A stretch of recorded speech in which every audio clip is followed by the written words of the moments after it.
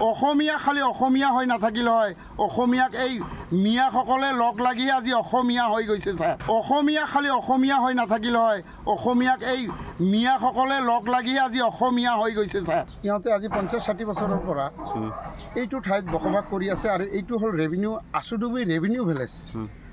এইটো এটা ষড়যন্ত্ৰ কৰি সমষ্টি কাটি পেলাই এই ৰেভিনিউ ভিলেজখনক পাইকান ফৰেষ্ট বুলি ঘোষণা কৰি দি তাৰ কাৰণে এতিয়া ল'ৰা ছোৱালী লৈ ক'ত যাব, ক'ত কি কৰিব। এইবিলাক হ'ল নদী ভাঙা মানুহ আছিল, আগৰ পৰা আহিছে। এতিয়া সিহঁতৰ নদীয়ে মাটি লৈ গৈছে। যদি চৰকাৰখনৰ ইমান দায়িত্ব আছে তেনেহ'লে এই মানুহখিনিক আগত এটা সংস্থাপন ক'ৰবাত দিব লাগিছিল, মাটি জমা দিব লাগিছিল। 1 বিঘা নিদিয়া 1/2 বিঘা দিয়ক, 1/2 বিঘা নিদিয়া 1 পোৱা দিয়ক।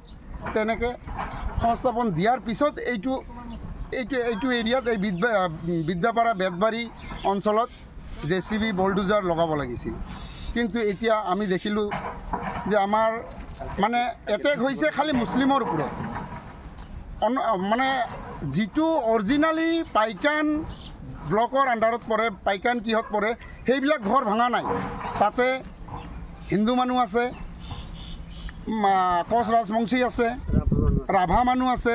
সেই ৰাভাসকলক কিন্তু সিহঁতে ভাঙা নাই। মোৰ ঘৰৰ পিছফালৰ পৰাই সেইটো বনাঞ্চল, আৰু সেই বনাঞ্চলত কিমান মানুহ আছে এতিয়ালৈকে সিহঁতে কোনো ধৰণৰ নটিচ দিয়া নাই, কোনো একো দিয়া নাই, আৰু ঘৰ ভঙাও নাই। যিটো এৰিয়া ৰেভিনিউ খাছ ইয়াতে কোনো ৰাভা, বড়ো, হিন্দু, কোচ ৰাজবংশী নাই। ইয়াতে অকল খালি মুছলিম মানুহখিনি আছে, ইয়াতে ভাঙি দিছে। এই চৰকাৰখনে টাৰ্গেট কৰি যে যাতে মুছলমানবিলাকৰ ন্যস্ত নাবুদ কৰিব পাৰিম, কিন্তু নোৱাৰিব। সকলৰ কাৰণেই ওপৰ মালিক আছে। মালিকে যেনেকৈ মাৰ পেটৰ পৰা উলিয়াই দিছে ধুনীয়াকৈ, তেনেকৈ খাদ্যও দিব, থাকিবলৈ বাসস্থান যদিও নাথাকে, গাছৰ তলত হ'লেও মানুহ জীয়াই থাকিব। কিন্তু তুমি আমাৰ ঘৰ বাৰী ভাঙাই দি আমাক যে ক'ৰবা মানে অপদস্থ কৰি আছা, সেইটো ওপৰ মালিকে চাই আছে।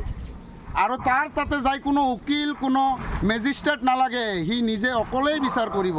3জন যে আজি মৃত্যু হ'ল, সিহঁতৰ ঘৰৰ মানে সিহঁতৰ যিমানখিনি ক্ষতিগ্ৰস্ত হৈছে আৰু মানুহজন ঢুকালে, তাৰ যিখিনি বস্তু মানে পইচা দিব লাগে সেইটো চৰকাৰে বহন কৰিব লাগিব। আৰু এই অঞ্চলটো যে ভাঙিছে, ইয়াৰ কমপ্লিট দায়িত্ব আপোনাৰ, আৰু আপুনি এইবিলাক পুনৰাই গৰাই দিব লাগিব।